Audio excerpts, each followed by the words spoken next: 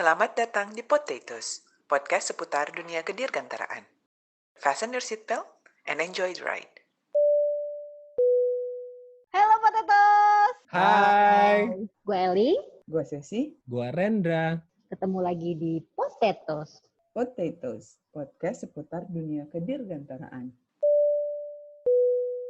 Selamat malam Potatoes. Kali ini kita kedatangan tamu yang spesial yang bakal cerita tentang tentang drone juga nih. Ini dari salah satu manufacturer drone di Indonesia.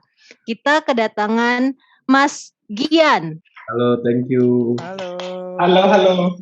Boleh nggak nih Selamat perkenalan diri dulu nih? Boleh. Kenalin Mas. Jadi pertama-tama thank you banget. Aku udah diundang hari ini jadi salah satu narasumber. Keren banget sih. Aku udah lihat Potatoes juga. Wah, kayaknya keadaan gitu ya buat kita. Nah, kalau cara aku sih singkat aja sebenarnya. Kalau dipanggil itu aku biasanya namanya Gian, luar negeri Albert sih. Beda ya? Jadi aku secara pendidikan S1 di Surabaya di ITS. Terus kemarin dibiayai LPDP, aku S2 ke London. Karena pas LPDP janji juga untuk mengabdi kepada negara, kembali di Beehive Drone. Beehive Drone ini didirikan setelah kembali atau gimana inisiasinya? Sebetulnya pas saat saya kuliah di Inggris tuh bingung juga kita mau pulangnya mau ngapain, karena background saya itu sebetulnya adalah material engineer. Jadi material engineer di Indonesia aku rasa kurang banyak exposure-nya kali ya, kurang banyak apa sih itu, orang-orang pada mikir kamu tuh sipil ya jualannya itu kamu itu bisnis ya jualan beton kayak gitu apa Si baja ya Bapak ya? baja gitu ya. Jadi itu yang agak beda. Padahal kita memang belajar material itu kalau misalnya di dunia dirgantara kan sangat penting ya. Gimana bisa kuat tapi ringan. Nah itu yang kita pelajari seperti itu. Nah bawa ke Indonesia ngapain gitu kan? Apa yang kita lakukan di Indonesia gitu? Apakah di Indonesia ada pabrik carbon fiber let's say atau pabrik keramik selain buat lantai ya, keramik untuk aplikasi kayak di furnace, di ya adanya buat bangunan gitu ya, Roman keramik dan lain-lain. Nyebut merek loh dia. Itu yang dipakai di rumah. Gak apa. Jadi dari situ aku pengen pulang tapi masih belum ketahuan mau ngapain ya kalau selain jadi dosen. Padahal dulu janjiku sama pewawancara LPDP itu adalah pulang dan membuat sebuah perusahaan. Jadi memang dulu kepikiran aku pengen buat perusahaan renewable energy karena aku material aku bakal buat solar panel, ternyata susah banget buat solar panel kan. And that's a heavy gitu ya. Yang aku mikir, nah aku berpikir pulang ngapain, curhatlah ke temanku juga namanya Mas Hilton, itu di Manchester. Saya waktu itu di London. Lalu ada Mas Hilton itu PhD di Manchester. Beliau juga bingung pulang mau ngapain karena janji beliau itu adalah bikin pusat riset robotik dan pesawat tanpa awak. Jadi memang Wow. itu yang kemudian lalu kita ngobrol ngopi-ngopi lah di warkop sana ya, Warmindo gitu kan. Warmindo, biar agak ini British ya. Agak British, kita ke sana, terus akhirnya kita sepakat gini aja deh, kita pulang ke Indonesia, hasil risetnya Pak Hilton yang ada di Manchester itu, S3 itu kita terapkan untuk membuat sebuah perusahaan. Hasil keuntungan dari perusahaan itu sebagian besar, selain fixed cost untuk pegawai, untuk benefit, untuk beli peralatan dan lain-lain, akan kita fokuskan untuk riset. Jadi memang kalau disebut Beehive Drone itu perusahaan apa sih? Secara definitif kami itu perusahaan R&D yang fokus untuk mengimplementasikan teknologi pesawat tanpa awak di industri sehari-hari. Jadi memang kita kuatnya di R&D. Wow. Waktu saat kita bilang atau teman-teman lain di dunia drone bilang, oh saya drone buatan Indonesia gitu kan, tapi kalau kita ulik seberapa buatan Indonesia sih lu gitu, apa lu itu sebenarnya kan yang beli dari luar lalu dirakit di Indonesia gitu, atau hanya desainnya dan lain-lain. Sedangkan di Beehive Drone memang dari desain pesawatnya sampai ke sistem kontrolnya itu ya kita buat sendiri kayak gitu. Jadi 100% murni nih? Atau Betul. masih ada pengaruh, masih ada equipment yang dari luar gitu, atau semua bikinan Beehive dan dalam negeri? Bisa bilang mungkin ini harus diverifikasi sama TKDN gitu ya sebenarnya. Tapi buat saya sih 70% ke atas itu udah punya Indonesia sendiri sih. Wow. Sampai teknologi baterainya pun kami berusaha untuk bisa pakai punya Indonesia sebetulnya. Oke. Sebelum semakin seru nih, Mas Gian tadi saya agak verifikasi sedikit. Jadi ceritanya kuliah di UK, kemudian itu di sekitar tahun berapa tuh? Saya berangkat itu 2016, selesai 2017 kalau saya nggak salah ya. 2016 berarti waktu itu Beehive belum ada ceritanya ya, masih belum terpikir. Kemudian ke UK terus ketemu tadi yang namanya Pak Hilton tadi ya. Betul. Nah itu posisi berarti di UK, terus kemudian ada obrolan di Warmindo tadi ya kan, terus ada ide bikin Beehive. Nah pulang tuh benar-benar langsung dimulai Beehive di 2017 itu. Nah itu pertanyaan yang buat saya lebih ke arah kadang-kadang tuh kita mikir kok bisa sih kita bikin Beehive ya, karena prosesnya panjang banget. Waktu kita ngobrol di Warkop Warmindo itu kita di Manchester gitu. Kita mikir emang kalau kita bikin perusahaan drone ada yang mau make ya kan kayak gitu. Sehingga kami langkah pertama, karena kita dua-duanya engineer nih, orang teknis bukan nggak ada orang bisnis, yang kita lakukan itulah kita ikut lomba di Manchester. Jadi lomba yang memang untuk mahasiswa di sana. Lucunya itu adalah saya bukan mahasiswa Manchester gitu ya, saya mahasiswa Imperial College di London. Tapi saya dalam hal ini Mas Hilton yang mahasiswa Manchester. Nah, perlu tambahan 1 orang lagi karena minimal 2 gitu kan. Lalu datanglah co-founder saya lagi namanya Mbak Anindita. Saat itu, kita mau ikut lomba nih, gimana? Do you believe in our cause? Apakah kamu percaya dengan ide ini? Oh ya kita coba aja Pak, dia bilang Mbak Anindita ini. Terus kemudian ikutlah kita lomba gitu kan. Oh kok ternyata menang gitu ya. Dia kayak yang nyantai gitu, ternyata menang gitu. Kita kaget juga ya karena di Manchester gitu lawan bule-bule, bahasa Inggris kita medok ngapak-ngapak gitu kan, ternyata gitu ya sama bahasa Inggris kita. Terus kita menang, terutama memang lucunya menangnya kategorinya untuk kategori perusahaan riset. Jadi juaranya itu cuma 1, yaitu kita saat itu. Nah, keren. Itu kita kok menang ya. Tapi namanya anak muda ya, kita kayak kebetulan aja gitu kali, dan mungkin saat itu hanya waktu keberuntungan kita. Lalu setelah itu kita ikut lagi lomba. Jadi validasi, kalau kita ngomong di dunia startup gitu ya, kalau saya belajar, validasi itu kan berupa pengakuan dari orang lain bahwa memang ada nih, ide ini bagus. Jadi kita nggak bisa pakai cara bikin advertisement dan lain-lain. Pertama nggak tahu, kedua emang nggak ada duitnya juga gitu kan. Sehingga kita ikut lomba-lomba di sana, sampai terakhir kita ikut lomba namanya Imagine Cup itu tahun 2018 by Microsoft. Lalu kita pergi ke Asia Pasifik, di Asia Pasifik dipilih beberapa mewakili Asia dan Asia Pasifik. Beehive Drone terpilih juga, jadi kita jadi world finalist saat itu. Kita diberangkatkan ke Seattle. Wow.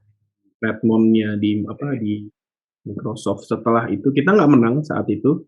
Yang menang itu memang di bidang kesehatan ternyata temanya saat itu ya, untuk helping human di bidang kesehatan. Ternyata ada tematiknya jurinya, kita nggak tahu kan ya, karena kita nggak menang, akhirnya kita pulang, tapi setelah pulang kita berefleksi, gila ya kita bisa jadi world finalist umur gitu ya, Beehive Drone yang belum ada aja kok bisa jadi world finalist, berarti bisnis konsep kita tuh masuk akal. Setelah itu barulah kita tahun 2018 akhir kita membuat PT kayak gitu. Lahirlah Beehive Drone secara registered di government Indonesia. Sebenarnya boleh diceritain nggak sih Mas, apa sih yang dikerjain Beehive nih? Jadi orang-orang yang di Dirgantara ini tahu, oh di Jogja tuh ada beberapa, terus oh ada tuh Beehive. Sebenarnya apa sih gitu? Gitu, terus apa yang dikerjain teman-teman di sana? Oke, jadi kalau dari apa yang dikerjakan Beehive, balik lagi kita emang berwawasannya lebih ke riset and development dan implementasi. Apa sih yang diriset? Sebenarnya kita itu merisetkan drone system atau kalau bahasa ofisialnya unmanned aerial system ya. Waktu kita bilang unmanned aerial system atau drone system tadi, rata-rata orang itu ngomong ya udah drone, lalu ada programnya, lalu ada pilotnya, kayak gitu. Jadi gimana drone itu bisa bekerja dengan pilot behind the setir gitu atau the remote control ya. Nah di behind drone kita melihat seperti ini. Pada saat kita berusaha melayani industri, misalnya kita omong aja nih, misalnya industri agriculture, dan itu repetitif gitu kan. Kita menyemprotlah sebuah hamparan plantation atau sawah atau kebun gitu ya. Sebenarnya yang membuat titik lemah di value chain itu adalah lagi-lagi bukan drone-nya sebetulnya, tapi manusianya, pilotnya. Kenapa? Ya karena balik lagi manusia itu dalam mengoperasikan sebuah kendaraan, itu dia kadang-kadang lagi fit, kalau enggak lagi sakit, kadang-kadang kita bersin-bersin, bayangkan lagi ngeliatin drone bersin-bersin gitu, drone-nya kemana habis itu kan. Nah, drone pada saat kita mendefinisikan unmanned aerial system atau drone system tadi, kita mendefinisikan gimana membuat itu lebih aman, dan salah satu caranya itu adalah dengan mengeliminasi kebutuhan pilot di dalam sistem tersebut, kebutuhan orang. Jadi yang dirisetkan Beehive dalam jangka panjang sebenarnya itu kita membuat sistem yang bisa dipakai di industri-industri kayak misalnya pertanian, kehutanan, lalu mungkin sampai kita mikir ke logistik, pengantaran, tapi ini nggak tergantung orang lagi. Gimana caranya buat pekerjaan ini karena kita serahkan semuanya ke komputer algoritma. Ya, gitu. Jadi lebih otonomus gitu ya? Betul, kita mendefinisikan otonomusnya itu dengan mengurangi human intervention di dalam pelaksanaan misi-misi drone tersebut. Menarik sih, kita juga pernah ngebahas tentang human factor sebenarnya ya, sebelum-sebelumnya. Nah ini kalau di Beehive malah faktor manusianya diminimalisir supaya lebih otonomus gitu. Jadi mungkin faktor-faktor celah di human factor itu yang dieliminasi ya. Betul, kelemahan-kelemahan. Misalnya nih saya sama Mas Rendra atau Mbak Sesi atau Mbak Eling, walaupun saya punya perusahaan drone, tidak berarti saya itu lebih ahli dalam mengoperasikan drone tersebut kalau drone tersebut dioperasikan sangat tergantung pada pilot. Kayak gitu. Karena itu balik lagi ke talent. Dan pada saat kita ngomong scale up operation, kita ngomong operasi secara masif, kita nggak bisa tergantung pada hal tersebut, kan kayak gitu.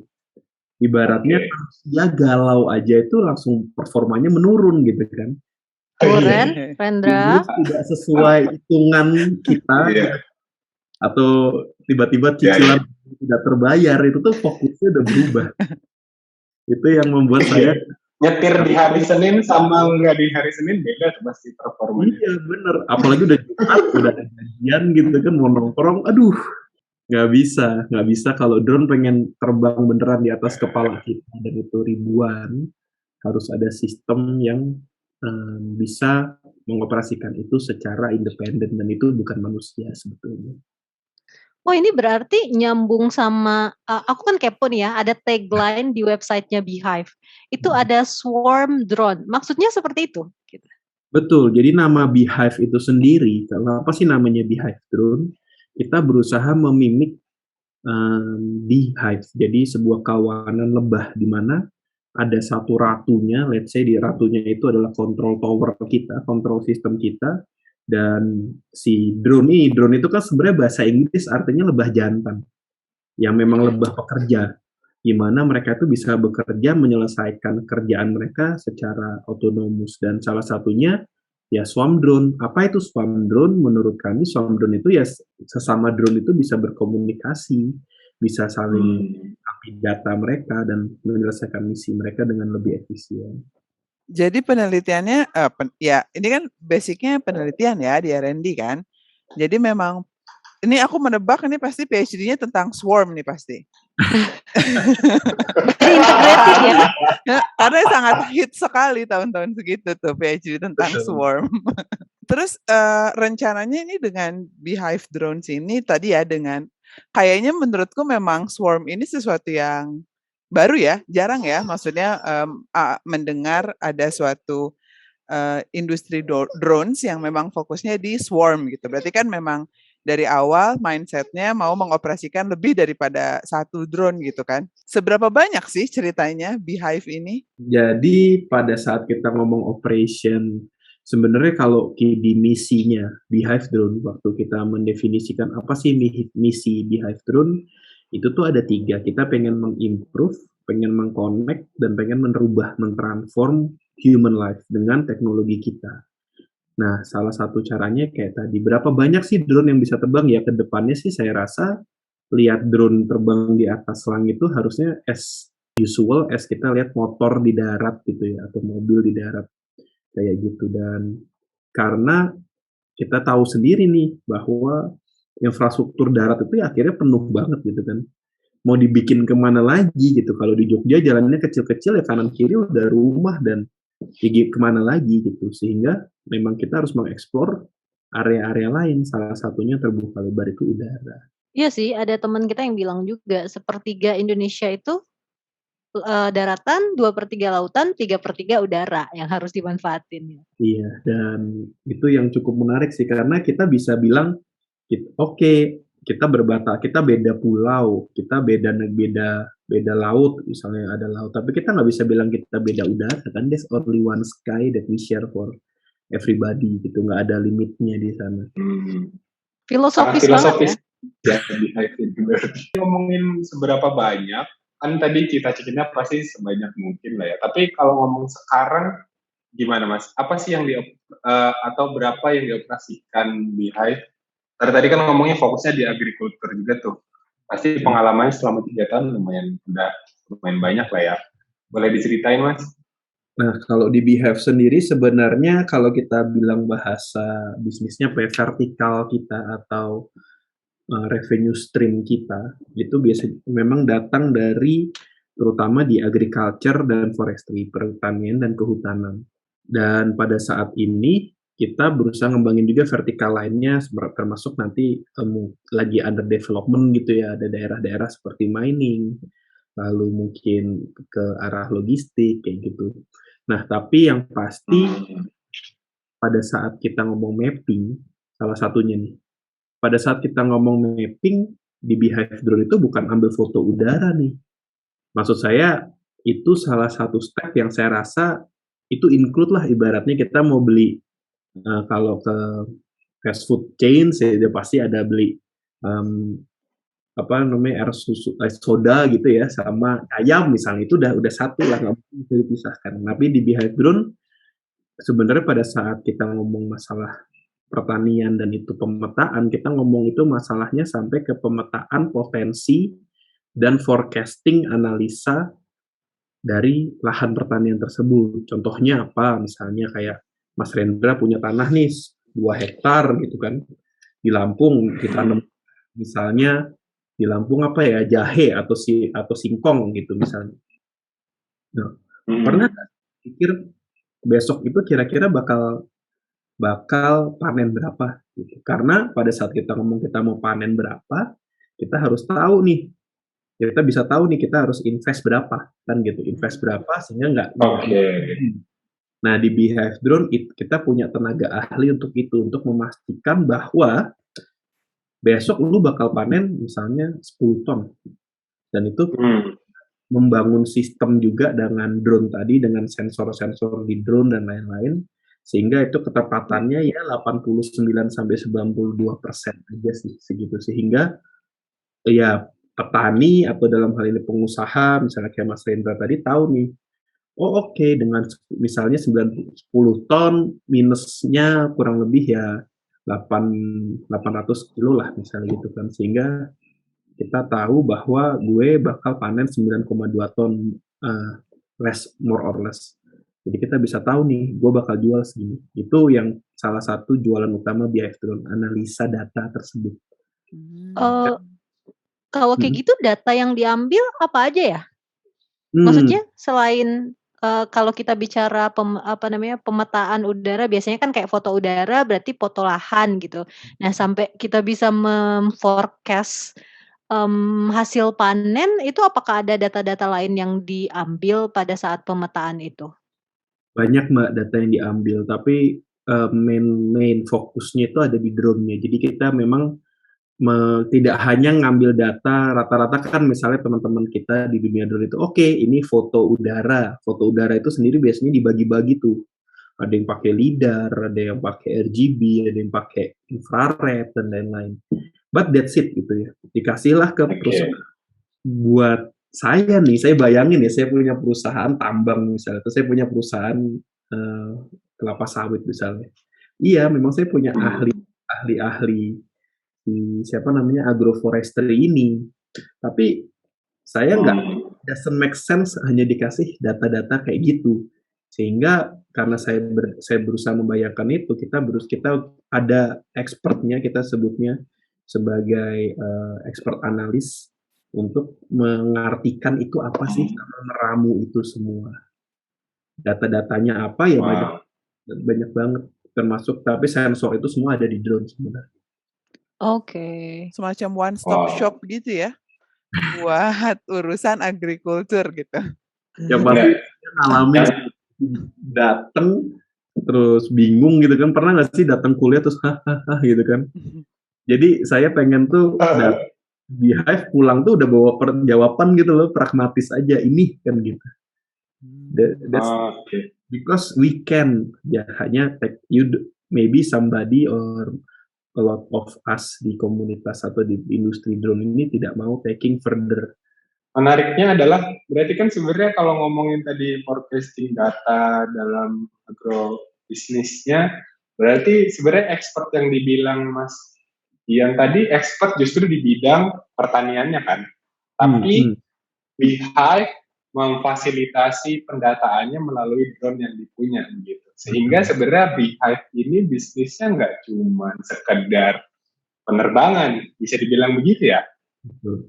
Jadi kalau tadi misinya Mas, bahwa kami itu adalah perusahaan drone yang fokus di R&D dan implementasi di industrinya, kayak gitu. Dan industri itu bisa apa aja? Bisa yang apa saat ini aja. Yang saat ini berjalan adalah agrikultur, gitu ya. Dan forestry, betul. Karena butuh ahlinya di bidang agrikultur dan forestry juga kan ya, bukan cuma. Ya. Ini tuh benar-benar apa ya? Menurutku kayak salah satu bentuk dari pemanfaatan teknologi yang implementatif banget gitu. Iya, dan ini tuh kita bisa lihat juga bagusnya adalah Beehive bisa mensinergikan itu. Jadi menjadikan Dirgantara sebagai tools untuk penerapan di industri agribisnis gitu. Itu kan kayak dua hal yang berbeda banget ya. Yang satu di udara, yang satu di ground gitu, di tanah gitu ya. Tapi bisa nge-link dengan melalui toolsnya dari Beehive drones. That's really nice actually. Hal-hal yang berbau sinergi itu memang menarik.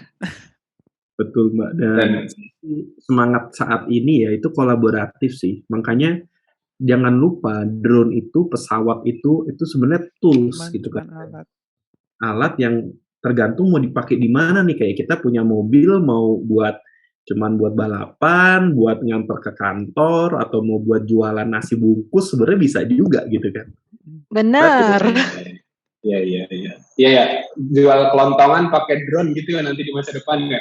Iya, panci gitu ya, gitu.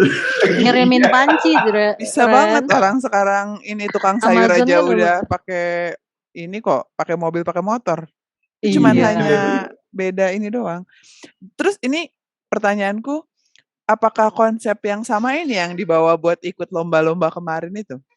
Betul. Jadi pada saat kita ngomong industri drone itu terpisah ya, misalnya jadi yang linking yang saya rasa kayak tadi di highlight itu adalah seberapa willing sih kita itu men-shape tools kita untuk industri tersebut.